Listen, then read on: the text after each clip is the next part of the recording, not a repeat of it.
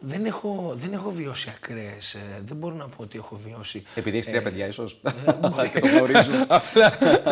Μπορεί να είναι και αυτό. Απλά εγώ ποτέ δεν πέρασα, ξέρεις, Γιώργο, την εικόνα του όμορφου ή του ωραίου ή του γκόμενου, πες το όπως θέλεις. Ναι.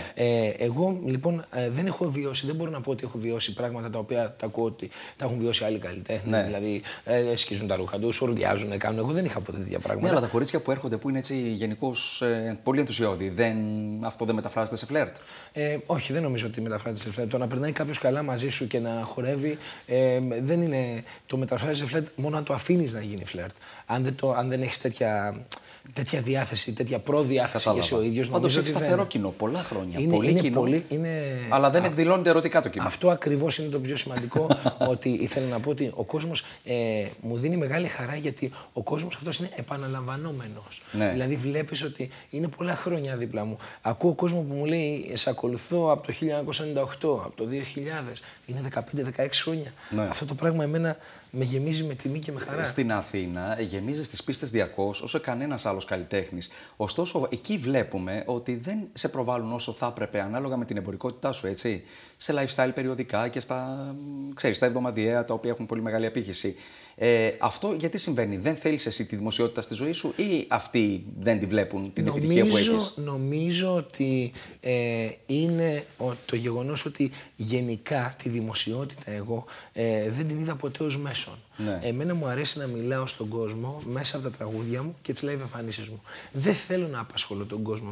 Δηλαδή νομίζω ότι κατά έναν Αυτό είναι αρκετά δύσκολο να το καταφέρεις όμως. Ναι. Έτσι δεν είναι? Αρκετά δύσκολο και ταυτόχρονα και εύκολο. Δηλαδή, θα μπορούσα πολλές φορές να προκαλώ με διάφορες δηλώσεις ή να κάνω διάφορα πράγματα που θα απασχολούσα τον κόσμο με διάφορα πράγματα.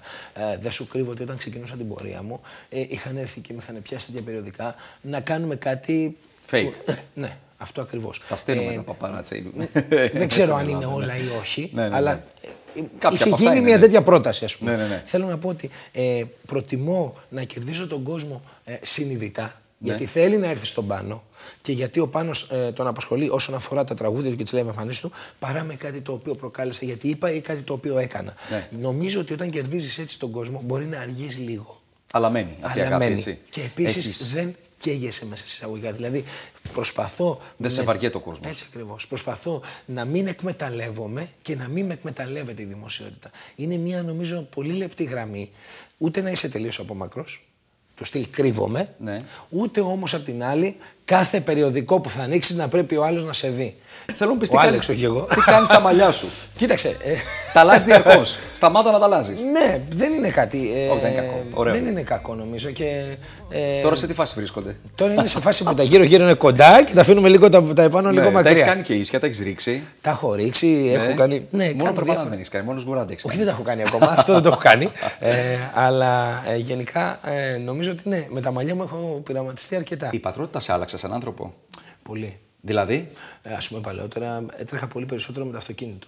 Από τότε που ήρθαν τα παιδιά μου στον κόσμο.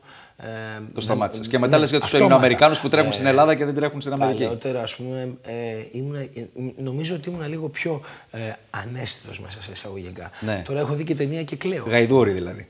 Ναι, με λίγα λόγια, ας πούμε. Με πας όλο προς το ελληνικό, με πηγαίνεις σωστά εκεί. Ωραία, ωραία. Οκ, τώρα βλέπεις ταινίες και κλαις, έτσι. Ναι. Έχεις γίνει πιο ευαίσθητη ψυχή. Σκέφτεσαι διαρκώς τα παιδιά σου, όλα είναι γύρω από αυτά, έτσι. Βέβαια.